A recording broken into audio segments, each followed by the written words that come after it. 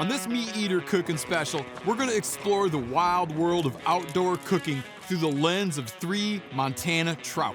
It's a journey that'll carry you from the savage to the refined. Pull up a chair, but be careful not to burn your fingers. Yep. I'm Steven Ranella. To me, hunting isn't only about the pursuit of an animal. It's about who we are and what we're made of. I live to hunt and hunt to live. I am a meat eater.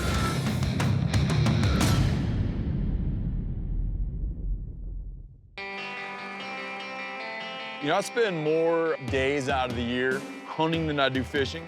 But I always think back to when I was a little kid, you know, people would ask you what you like to do. And we'd say hunting and fishing like it was one word, you know what I mean? It was just like they were combined. To me, it's kind of like just 2 ways that you go out in the woods and collect food. Right now it's July. A river like this is perfect right now. It just looks like a trouty place. So you got browns in here, rainbows in here, cuts in here. I'm looking to get enough trout to demonstrate 3 different perspectives on wild game cooking in the wild outdoors. First is caveman style, just meat and heat. Second is a more user-friendly and fail-safe approach with foil and oil. Finally, we're going fine dining in the outdoors, using everything but the wedding china to make trout au bleu, or blue trout. And I'm gonna back up each example with insider recollections about some of the more surprising and tasty wild game meals that we've featured here on MeatEater.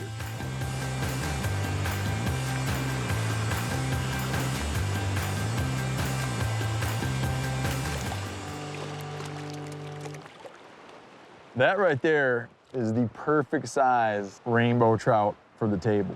I mean, he's big enough where you got something, but he's small enough where the flesh is just perfect, has the perfect color, perfect texture. He's not mealy like an older trout gets. What I'm gonna do, because I'm gonna fish a little bit more, is put it on a string. And rather than running my string up through the gill cover, I'm just gonna poke a little hole right there. This way I can keep him down in that cold river water, because this water's still pretty cold. The most basic recipe really is no recipe at all. Not even cooking. You just eat this fish now. I've eaten raw trout, I've eaten raw salmon, I've eaten all manner of raw things. The thing you run into eating raw stuff is your eyes courting this, disaster. Take this situation right here. A spring black bear hunt in the Alaska range with guest Rourke Denver. Looks delicious, or at least it did to me and Rourke at the time. But you'll notice that bear meat is dangerously undercooked. If you get something that looks really rare, halt. But in a moment of utmost stupidity, I went ahead and popped a few pieces. A month later, I had full-blown trichinosis. Yes, that means worms and lots of them. It's no wonder we humans invented cooking. Does that mean I'm not gonna play it safe all the time? No, like I would still do ceviche with this trout. I'll still eat raw king salmon. I think of that Aldo Leopold quote where he says, "It must be a poor life that achieves freedom from fear."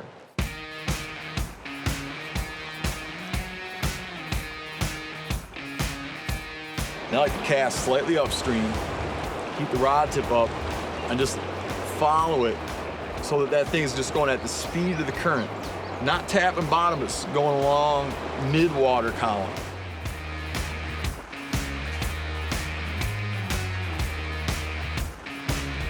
The trout are laying down in the rock, they see that thing coming, and it's like, you just can't argue with how alive that is, man. I don't think they have a whole lot of doubt. It's like poetry with a crawler. With my daily bag limit of 3 fish in hand, I'm ready to start a fire. I've always considered trout a fish best eaten fresh. The oily and delicate flesh doesn't freeze as well as, say, halibut or walleye. So whenever possible, you should cook them on the spot or otherwise soon after catching them. The first cooking method I'm gonna show with these trout is also the fastest. So I'm just gonna get a little fire going here. Anytime I'm cooking, especially with something as delicate as trout, let that thing burn down. While it's burning down the coals, I'm gonna get the necessary stuff to prepare the first dish we're talking about, trout on a stick.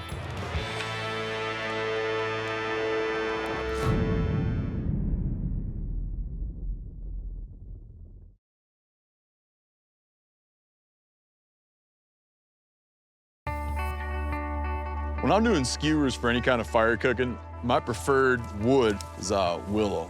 You wanna make sure to get nice green willow because it's not gonna burn. Another thing I'm gonna need is some little mini skewers. I'm gonna make a gutting incision, and I don't wanna mess up, you know, the structural integrity of the fish too much. Pull out the guts.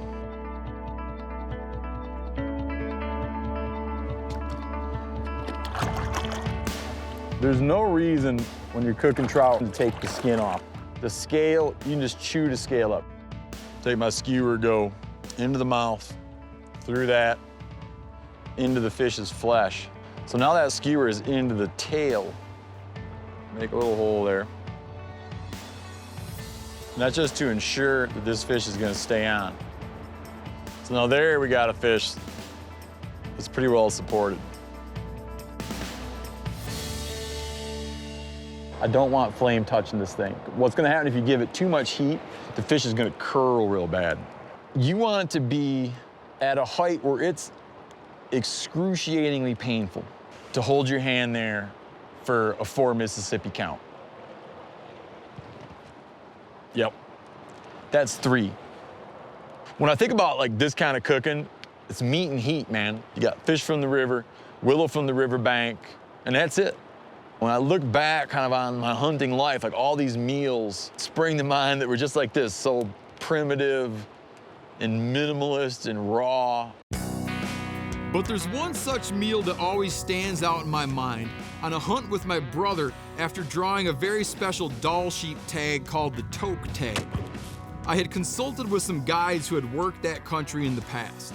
One of them passed along a rather unusual recipe idea that takes into account the minimalist approach to gear that is required of backpack sheep hunting, and also the massive calorie deficit that any hard-working mountain hunter is going to encounter.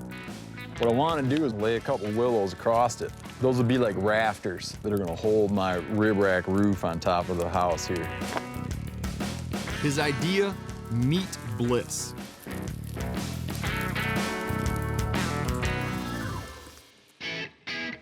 Danny, I think you're going to be proven wrong by these ribs, man.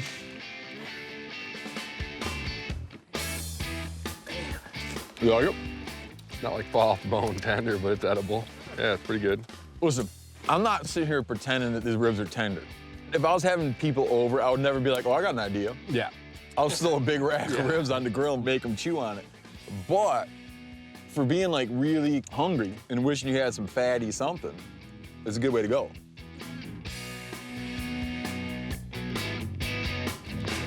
Now, Dall sheep ribs over a fire make for some hearty chewing, but trout is the opposite. You simply cannot make it tough as long as you don't overcook it. There's a couple things you can look for to tell doneness on the fish. The fins start to get crisp, the skin starts to bubble a little bit, and it starts to seem like all of a sudden that fish is gonna crumble into the fire and be destroyed. Pull the skewers.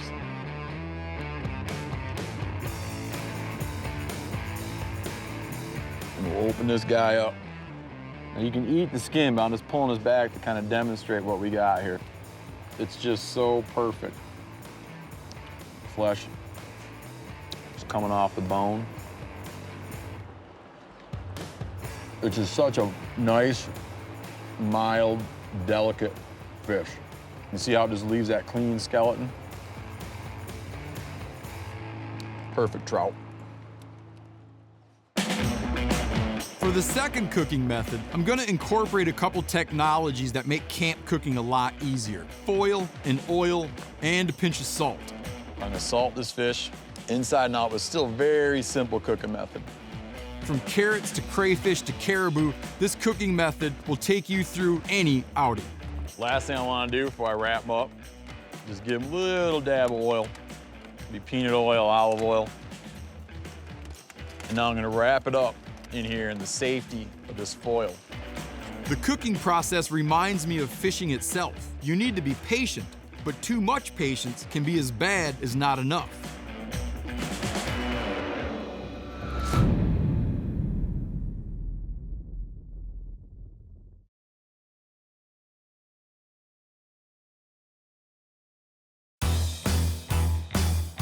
This trout's been in the fire maybe 10 minutes or so. My gut tells me that it's ready to eat, but there's no way to know until it's unwrapped. When you're pulling it off, you're always stressed. You know, it's like opening a Christmas present, but when you open a Christmas present, like, what's the worst that could happen, you know? Now, if you want to talk about a stressful bundle of foil-wrapped flesh under a bed of coals, take a look at this fire. That's from a trip where my buddy Ryan Callahan and I took out a couple first-time hunters from Los Angeles. I wanted to impress them with a recipe idea for a buried and roasted mule deer head that I stole from a favorite mountain man book of mine, The Big Sky by A.B. Guthrie. The one problem was that I had never actually tried it before. So you're gonna bury it in there? Where our beloved campfires? Well, your campfire is gonna, it won't cease to exist. It's just gonna be like... Underneath it? It's crazy. This is madness.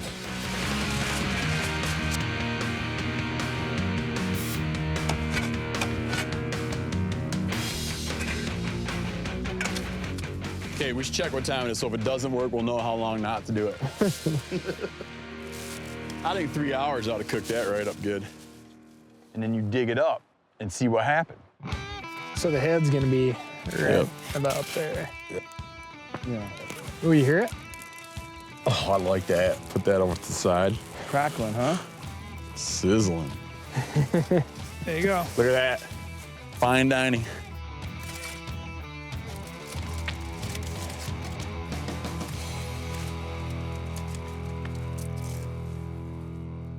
Just grab that, some of that.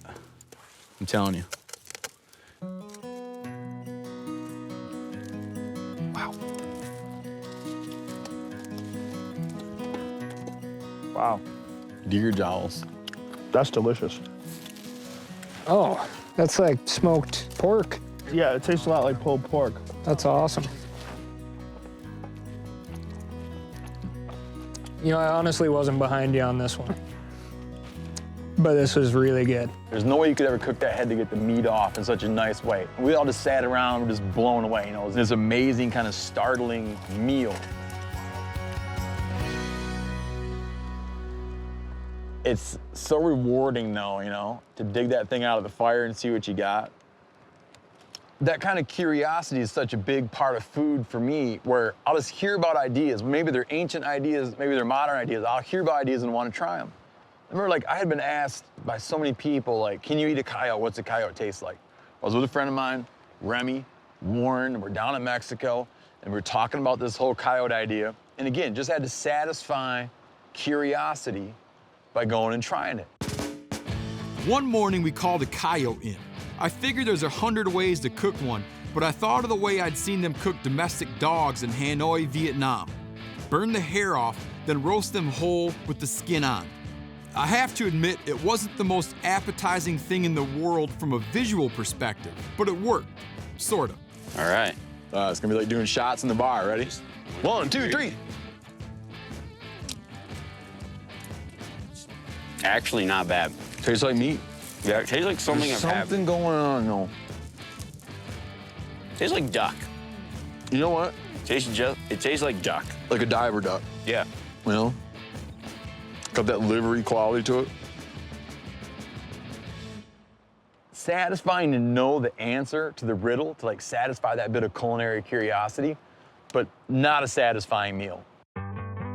And I've so many times mentioned that I just don't think food's job is just to just taste good all the time.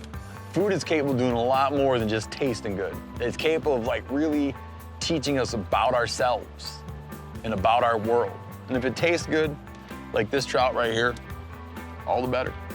I've got one trout left. It's time for the fireworks.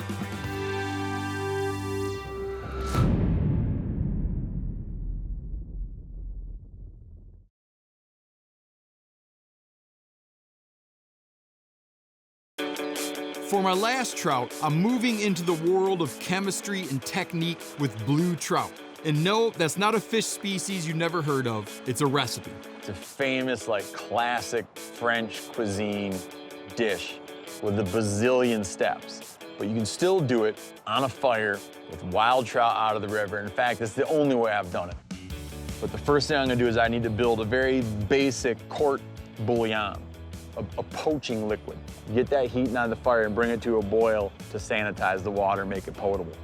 The poaching liquid includes half a carrot, a stick of celery, sliced up onion, garlic, a little thyme and parsley, salt, and white vinegar. I'm gonna put that over here to bring it to a boil and make that water safe.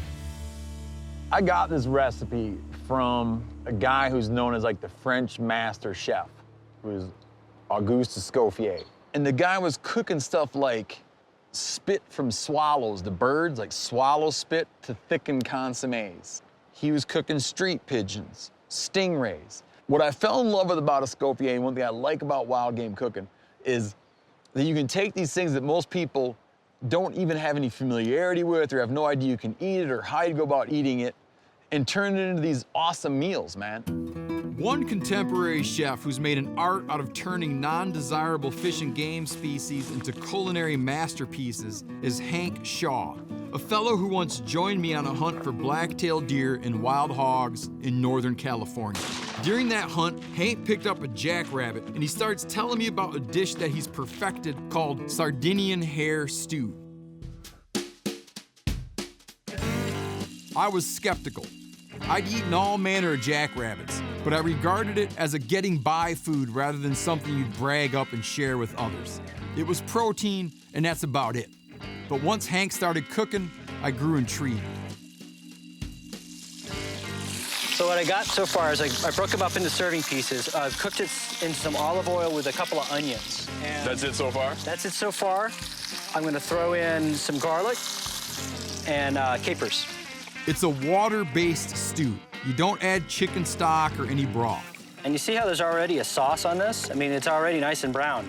After the last touches of saffron, some wild California bay leaves, and a chili or two, you leave it to simmer. You have to braise them, Yeah. or you have to stew them. You can't chicken fry a hare.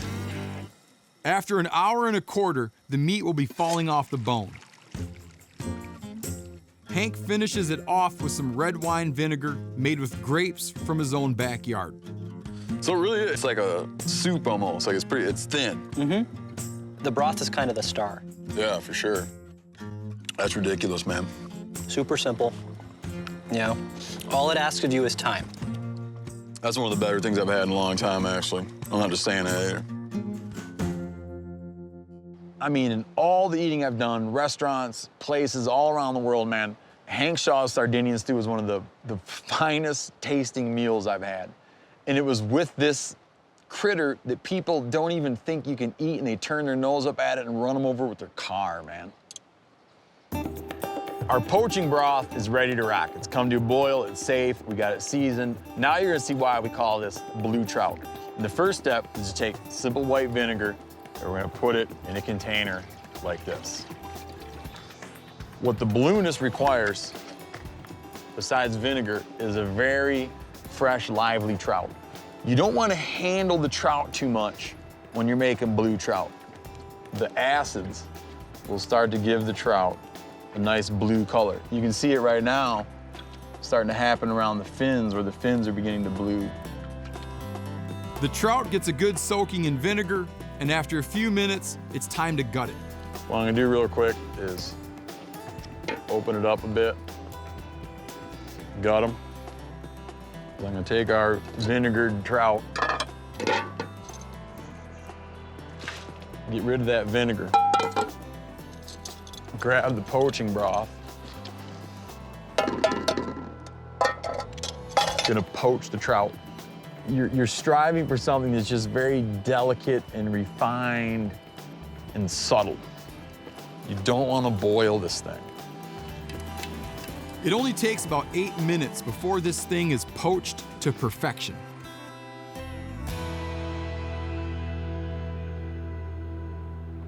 And it's so delicate, just simmered.